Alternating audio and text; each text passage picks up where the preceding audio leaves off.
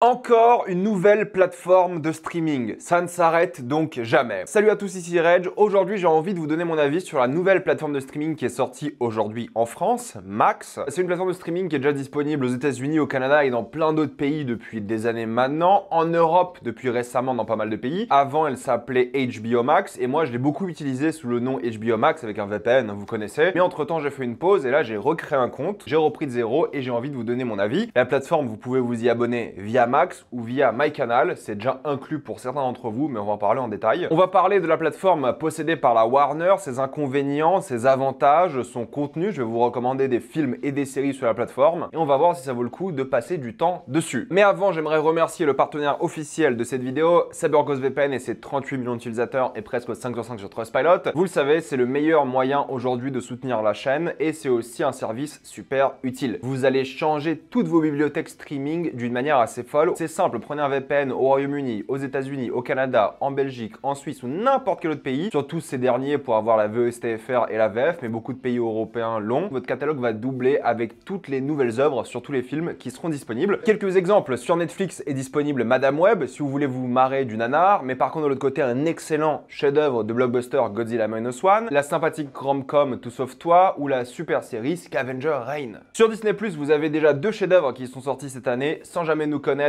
et Pauvres créatures qui sont vraiment très bien. Et sur Max, vous avez déjà l'excellent Iron Claw ou même Dune 2 qui est déjà disponible. Vous pouvez aussi avoir YouTube Premium pour beaucoup moins cher. YouTube Premium c'est trop bien pour avoir pas de publicité de une et surtout écouter YouTube en mode podcast. Beaucoup d'entre vous le font déjà. Vous prenez un VPN dans un pays de l'Union Européenne qui l'a pour moins cher comme la Roumanie, la Bulgarie ou même au-delà, Turquie, Argentine, Pakistan, Inde et ça change complètement votre consommation de YouTube. Vous serez même plus en sécurité avec un VPN que ce soit sur la Wi-Fi de l'université, de la bibliothèque, l'hôtel ou même chez vous. Vous pouvez partager un compte avec cette personne totale. C'est disponible sur tous vos appareils préférés et c'est super simple d'utilisation. Vraiment, en quelques clics, tout le monde peut le faire sans aucun effort. Vous pouvez essayer par vous-même car vous êtes satisfait ou remboursé sous 45 jours et vous avez une assistance technique en français 24h7. Utilisez le lien dans la description et dans le commentaire épinglé afin de vous abonner à CyberGhostVPN et bénéficier de 83% de réduction plus 4 mois gratuits. Foncez sur l'offre. Le marketing a été un peu confus concernant Max, je trouve, parce qu'il y avait plein d'images comme celle-ci qui apparaissaient et en fait, oui, ça crée la confusion pour les personnes qui s'y connaissent pas spécialement, doivent analyser chaque logo et tout. Je vais faire très simple. Vu que c'est la plateforme de la Warner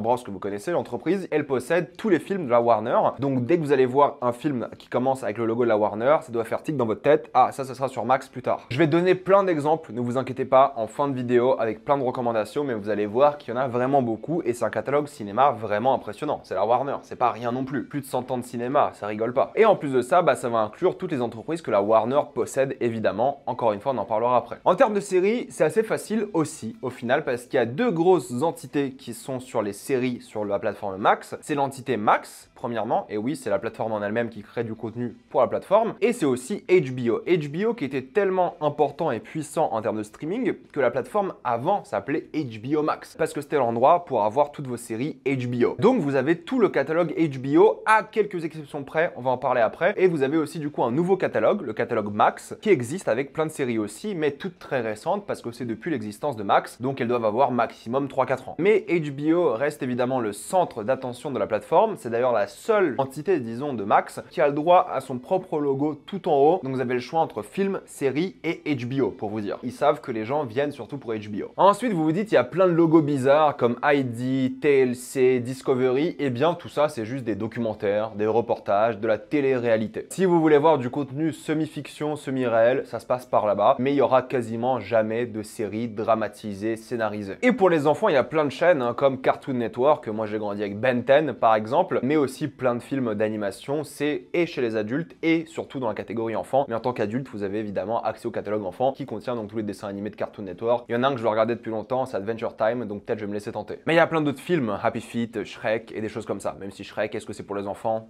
Oui et non. Ensuite, il y a un truc qui apporte à la confusion avec les chaînes. Oh, c'est quoi toutes ces chaînes? Je comprends rien, ça va être perturbant. C'est très simple. Sur Max, vous avez donc votre contenu disponible en streaming et vous avez déjà des chaînes en direct. Que ce soit CNN pour l'actualité, que ce soit Eurosport pour le sport, mais pour Eurosport, il faut payer un supplément de 5 €. Que ce soit Cartoon Network, que ce soit Warner TV, que ce soit TSM Cinéma, bref. C'est juste des chaînes que vous pouvez regarder en direct comme à la télévision de l'époque. Donc franchement, toutes ces questions-là, lorsque vous lancez la plateforme et l'application, elles disparaissent. C'est pas du tout confus, je trouve. Peut-être quelques logos, des choses comme ça un peu confus, mais sinon, ça va. C'est un peu plus confus sur Canal, parce que sur Canal, c'est mis en avant. Genre, tu vois ça, tu dis, ok, c'est de quoi tous ces logos et tout. ignorez-les. Franchement, à moins que vous soyez fan de ces entreprises spécifiques, vous pouvez les ignorer. J'ai essayé Max sur mon téléphone, c'est un Android. J'ai essayé sur mon PC, c'est un Windows. D'ailleurs sur navigateur, hein, sur Chrome, parce qu'il n'y avait pas d'application Windows pour Max. Et j'ai essayé sur ma télé, c'est une télé 4K LG, donc sur LG OS. C'est classique, lorsque vous lancez, vous créez un profil, vous mettez votre prénom, un avatar si vous voulez. Moi j'ai mis le GOAT Kendall. Et vous pouvez d'ailleurs mettre un mot de passe à votre profil pour pas que les gens y accèdent sans votre autorisation. Et vous avez aussi un menu enfant qui est là par défaut. Dans l'interface, c'est un peu classique aussi, ça ressemble à toutes les plateformes de streaming américaines, hein, soyons d'accord. On dirait Netflix ou n'importe lesquelles parce que toutes les plateformes se sont inspirées du modèle Netflix en termes de visuel. C'est coloré, c'est propre, c'est efficace, on se perd jamais, je trouve, trop en tout cas. La prise en main est évidemment très simple et en plus de ça, vous avez tout le contenu qui est disponible. C'est pas comme Prime ou Apple parfois où il faut payer un supplément. Là, tout est disponible directement. Ou c'est pas comme Netflix parfois lorsque vous cherchez un film, il vous propose des films qui sont similaires. Non, là, s'il trouve pas le film, il trouve pas le film et il vous propose rien de similaire. Tout ce que vous voyez, vous pouvez cliquer dessus et le regarder, que ce soit en direct ou en différé, en streaming quoi. Mais le sport est payant et il faut payer du coup ce supplément de 5 € par mois, je précise. Mais il y a beaucoup de contenu sport auquel je n'ai pas accès parce que j'ai pas le supplément. Mais pour les fans de sport, je pense que c'est très bien organisé. C'est rangé par différents sports, par différents événements, c'est pas mal. Pour les séries, si vous vous demandez est-ce que c'est une série HBO ou une série Max, parce que la qualité est forcément différente, j'ai envie de vous dire, il y a un petit logo à chaque fois. Ah, HBO original, Max original. Et s'il y a aucun de ces deux logos là, c'est pas une série originale de ces entreprises. Donc c'est très simple de savoir ce qui a été acheté pour être sur Max ou ce qui a été produit par Max et HBO. Encore une fois, hein, HBO sera énormément mis en avant, c'est ce qui vend la plateforme. Et vous avez aussi une petite ligne devant les nouvelles séries qui ont de nouveaux épisodes pour vous indiquer que de nouveaux épisodes sont sortis, un peu comme sur Netflix. Tout est traduit en français, parfois certaines traductions sont très douteuses, surtout des noms de séries ou tout simplement des noms de titres d'épisodes de séries. Je l'ai quand même laissé en français, mais pour ceux qui veulent, vous pouvez le passer en anglais. Pour l'instant, il n'y a pas de top 10 sur la plateforme, c'est normal, il y a 15 jours d'activité, même pas, mais un top 10 sera disponible. Par contre, après, vous avez des affiches assez moches. Je sais pas si elles changent comme pour Netflix et des choses comme ça, mais à chaque fois j'ai relancé l'application de différents appareils et tout, j'avais toujours les mêmes affiches. Vous voyez genre l'affiche qui est assez belle de Mad Max Fury Road et d'Harry Potter qui sont assez ignobles. C'est un peu décevant, mais c'est pas si grave que ça. C'est juste l'affiche, mais la miniature est pas belle, ce qui est un peu dommage. Et vu qu'elle change pas, on va se taper cette miniature VOD, Google TV, un peu dégueulasse. Et forcément, je sais pas si l'algorithme est bon, parce que ça fait un jour que j'utilise, même pas, je l'ai utilisé pendant quelques heures ce matin, j'ai beaucoup navigué, mais vu que j'ai pas regardé grand chose, l'algorithme peut rien me conseiller pour l'instant, même si forcément ça me recommande des choses de base. Mais c'est là qu'interviennent les catégories. Il y a plein de catégories intéressantes, je trouve qu'ils sont plutôt pas mal. Il y a une catégorie Made in France avec tout le contenu français. Il n'y a pas beaucoup de choses pour le coup, il y a quelques classiques intéressants, mais c'est très maigre et c'est là que va surtout arriver le contenu français exclusif à Max qui est en train d'être produit, qui va arriver dès la fin d'année avec, vous savez, hein, ces séries françaises qui sont obligatoires. Hein. Les plateformes de streaming doivent créer du contenu européen. Et il y a aussi une catégorie Made in Europe avec évidemment toutes les productions européennes. Ça marche aussi pour les coproductions américaines européennes. Tout est là-bas et ça c'est cool parce que du coup il y a plein de séries polonaises, espagnoles et tout. Et ça filtre un peu le contenu américain pour ceux qui ont envie de découvrir de nouvelles choses. Il y a que ça pour l'instant, il n'y a pas genre Made in Africa, Made in Asia, Made in South America, ça il n'y a pas. C'est vraiment Europe et France. Après il y a d'autres catégories comme LGBT, femmes, personnes noires. Bon, je suis pas très fan de ce genre de catégories par rapport au sexe, au genre et ce genre de trucs là. Ça fait très bizarre surtout quand t'es français et ce genre de choses on le fait pas en France. Mais c'est très américain comme vision des choses. Bon, ça me dérange pas, c'est un petit carré sur votre truc. Mais en tant que français, je trouve toujours ça un petit peu bizarre. Mais du coup, il n'y a pas de catégorie film culte, mais il y a une catégorie récompense. Et oui, récompense, ça veut rien dire. Hein. Tu peux gagner des Oscars, des BAFTA, des MTV Awards et en même temps, t'aurais pu faire une catégorie film culte. Il y a une catégorie un peu film immanquable que j'ai vu apparaître à certains moments, mais du coup, c'est dur un peu de se retrouver dans les films parce que ça aurait été bien d'avoir une catégorie avec les plus grands films de l'histoire parce que la Warner, ils ont un catalogue cinéma exceptionnel. Et pour trouver les grands films, il faut fouiller pour le coup. Hein. On en parlera après dans ma liste de recommandations, mais t'en as, il fallait vraiment taper leur nom pour les trouver plus qu'autre chose. Par contre, il y a une catégorie à l'affiche avec les choses qui sont populaires, j'imagine. Il y a une catégorie nouveau sur Max, ce qui est pas mal de voir les nouveautés, ça peut être intéressant. Et il y a évidemment les catégories sport et direct que j'ai déjà citées. Mais c'est pas toujours évident de trouver ce qu'on veut, surtout que la barre de recherche, elle est nulle. Soyons honnêtes, hein, la seule barre de recherche qui est vraiment bien, celle de Netflix. Vous tapez le nom du film, très bien, ça le trouve, pas de souci. Que ce soit en français ou en anglais, ça a l'air de marcher. J'ai pas essayé pour toutes les œuvres, mais ça a l'air de fonctionner. Mais par contre, lorsque vous tapez le nom d'un acteur ou un réalisateur, alors là c'est terminé, ça ne marche plus, c'est simple, j'ai tapé Kubrick et il y a 3 films de Kubrick. Ah, je me suis dit, intéressant, pourquoi pas. Et j'ai testé, j'ai tapé Full Metal Jacket.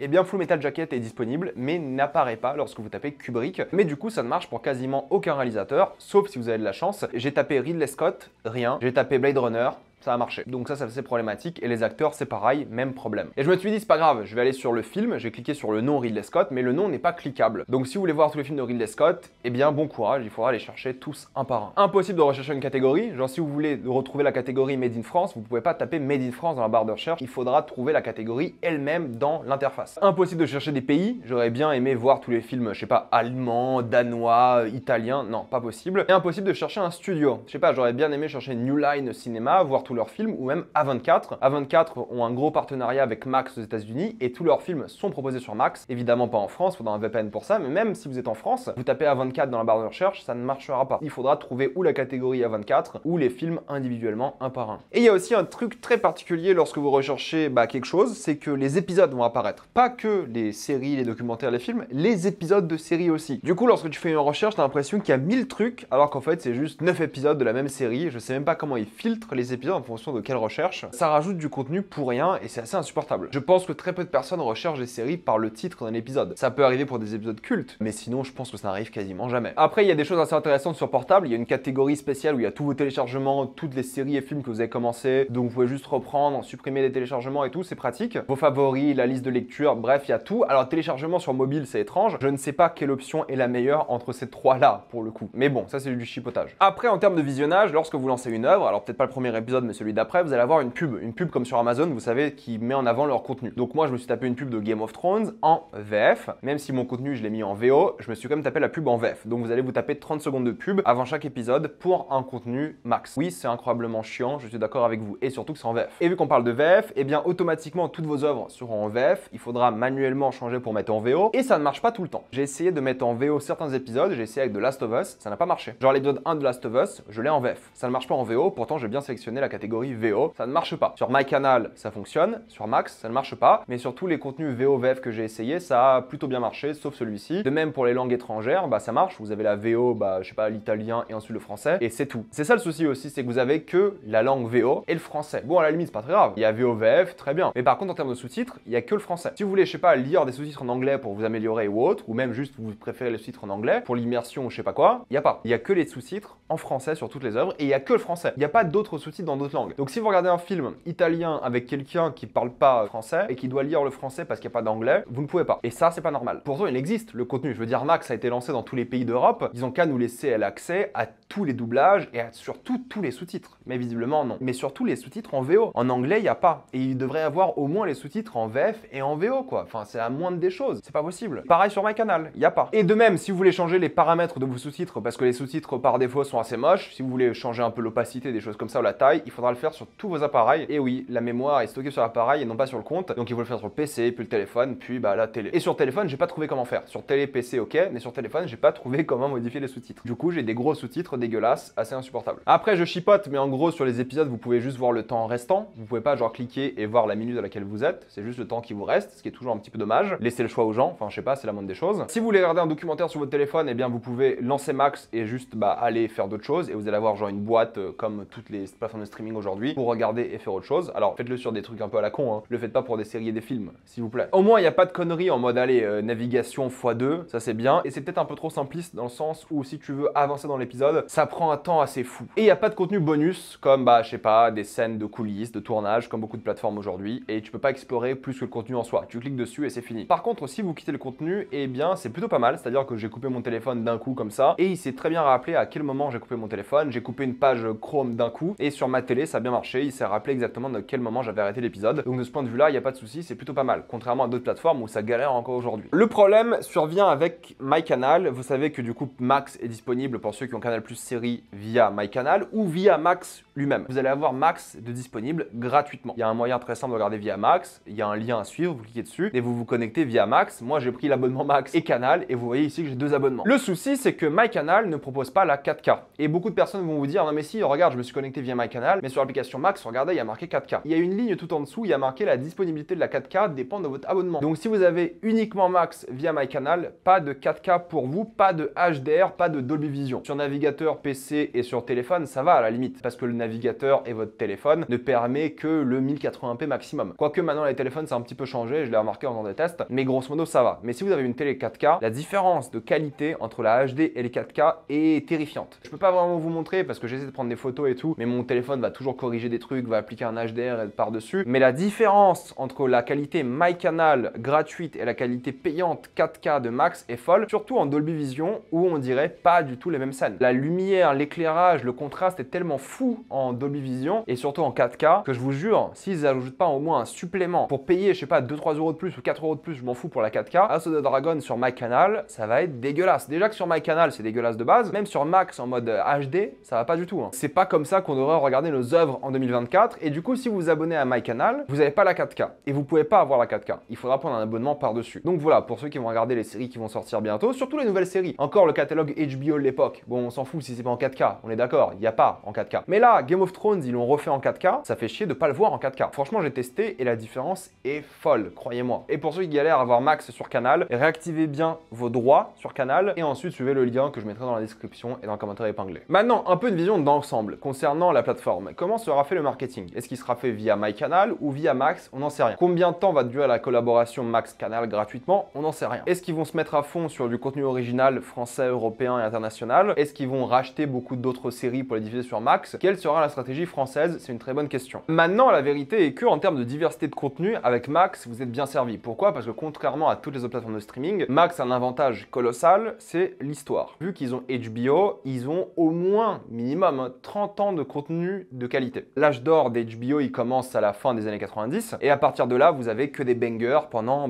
jusqu'à maintenant en fait. C'est la meilleure plateforme de streaming, HBO. En tout cas, la meilleure chaîne. C'est eux qui font de loin les meilleures séries chaque année. C'est les best. Par contre, le revers de la médaille, c'est que c'est pas toujours les meilleurs. Bon, ils ont quelques petits flops de temps en temps ou des choses un peu moins bien. Flop, c'est dur avec HBO parce que même leurs séries les plus nulles sont pas mal pour le coup. Donc ils ont rarement des flops, mais surtout, vu que c'est de la qualité, il y a beaucoup moins de séries. Il y aura un équilibre entre HBO et Max aujourd'hui, c'est-à-dire que HBO, chaque année, ils doivent sortir 4-5 grosses séries et Max vont aussi jouer la case de sortir plein de séries de leur côté. Donc en termes de contenu, il n'y en aura pas autant que les autres plateformes de streaming, surtout les plateformes qui spamment comme Netflix, mais il y en aura normalement de manière plus qualitative. Pour eux, la qualité, c'est plus important que la quantité. Donc si vous prenez l'abonnement Max ou vous regardez Max via MyCanal, ne vous attendez pas à plein de séries toutes les semaines. Mais vu qu'il y a un historique par contre colossal de séries à regarder, vous pouvez passer des années sur Max parce que justement, il y a tellement de séries que vous n'avez sûrement pas vues que vous pouvez maintenant les regarder. Donc en termes de prix, les offres sont assez simples. Il y a une offre avec pub, avec 3 minutes de pub par heure, c'est 5,99 €, 2 écrans et en HD pour le coup. Vous avez le standard sans publicité qui est aussi en HD et aussi en 2 écrans, mais qui permet aussi de télécharger 30 œuvres et vous avez aussi accès aux chaînes, mais par contre c'est 9,99 €. Et vous avez le premium, c'est-à-dire que vous avez la 4K qui change vraiment la donne pour le coup, pour 13,99 €, mais vous avez aussi 100 téléchargements, 4 écrans et évidemment les chaînes en direct. Est-ce qu'il y a 7 jours gratuits? Non. Si vous voulez essayer, il faudra payer. Et pour ceux qui ont MyCanal, je vous l'ai dit, vous avez que la version standard, donc pas de publicité, mais que la HD. Mais pour les jeunes, il y a RA+,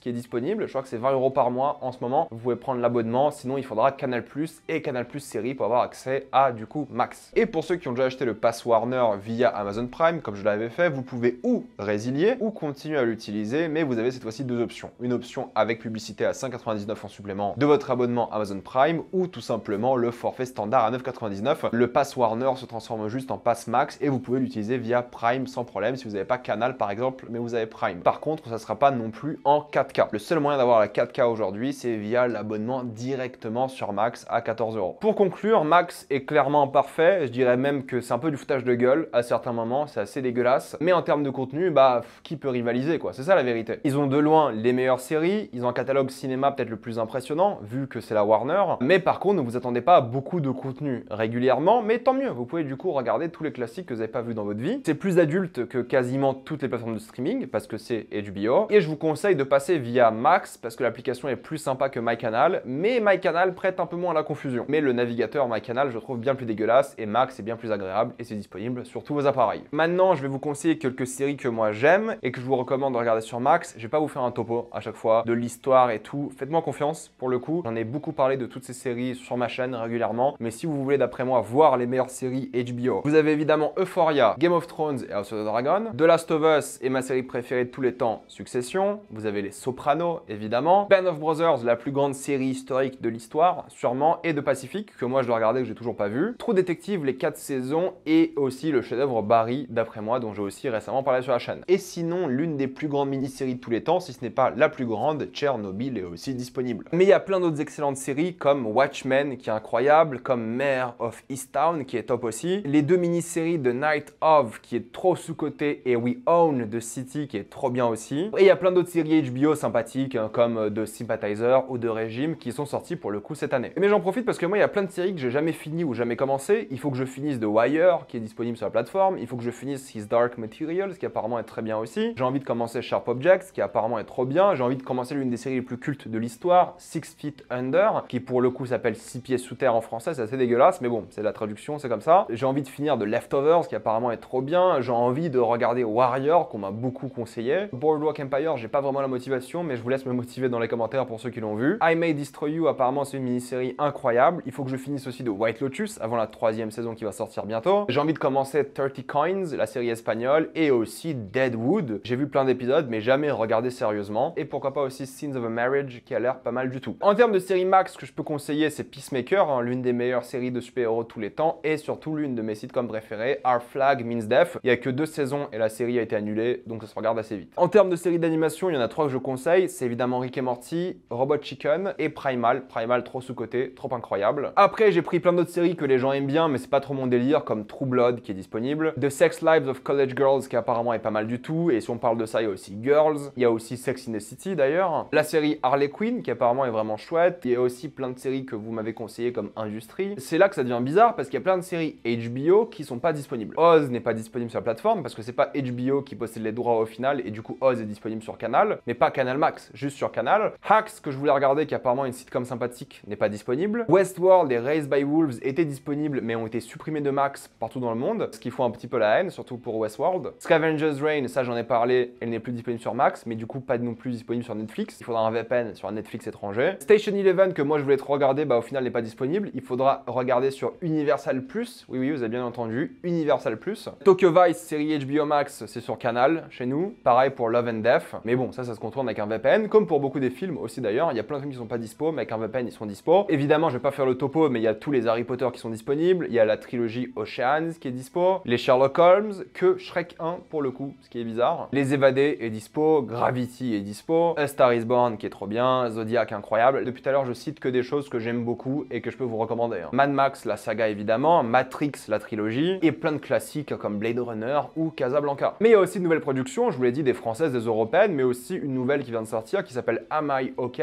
qui apparemment est pas mal. Et les films HBO, qu'honnêtement, je ne vous recommande pas. Il y a quasiment aucun bon film HBO. Donc série HBO OK, film oublié. Et plein de réalisateurs sont aussi là, bah, tous les réalisateurs de la Warner, hein, surtout les plus iconiques, comme Clint Eastwood ou même Christopher Nolan. Il y a du Snyder, il y a du Spielberg par exemple aussi. Et évidemment aussi du Kubrick et plein de réalisateurs talentueux, mais là il faudra fouiller. Par contre, pas disponible alors que ces entreprises de la Warner, c'est New Line Cinema qui a fait Le Seigneur des Anneaux, qui est pas dispo. C'est sur Amazon, ça pour le coup. Je vous ai parlé des films A24, pour le coup qui sont pas dispo aussi, ça c'est dommage. Et Dune n'est pas dispo. Et je parle pas du deuxième, hein, je parle du premier qui n'est pas non plus dispo. Mais c'est aussi un investissement dans le futur parce que la série Harry Potter va arriver, la série Pingouin va arriver, la série Derry va arriver. Bref, il y a peut-être pas beaucoup de contenu d'un coup, mais tout va arriver progressivement. Désolé, je suis allé vite sur recommandation parce que cette vidéo est déjà un peu trop longue, mais je vous conseille tout ça et un peu mitigé sur Max. Je pense que la plateforme sera bien meilleure dans quelques mois, voire quelques années, mais pour ceux qui veulent voir quand même du contenu de qualité, c'est quand même bien, mine de rien. Et pour ceux qui l'ont via MyCanal, oui, vous n'avez pas la 4K, c'est un peu chiant, et vous n'allez pas profiter des œuvres comme il se doit, surtout les prochaines qui sortent, et ça c'est un petit peu dommage. Donc limite, moi je vous conseille de prendre un abonnement 4K et de binge-watcher une série ou des abonnés. Hein. Mais bref, mettez-moi votre avis sur la plateforme dans les commentaires. J'ai envie de savoir ce que vous en pensez, et mettez-y aussi d'autres recommandations cinéma-série. Avant de quitter cette vidéo, pensez à utiliser le lien dans la description et encore épinglé afin de débloquer toutes les plateformes de streaming en toute accessibilité et sécurité. Tout ça pour 2,03€ par mois plus 4 mois gratuits. Foncez sur l'offre et abonnez-vous à ma chaîne YouTube pour ne pas rater les prochaines vidéos et mettez un j'aime, ça aide beaucoup la chaîne. Suivez-moi aussi sur tous mes réseaux pour plus de contenu exclusif et moi je vous dis à la prochaine fois. Salut à tous.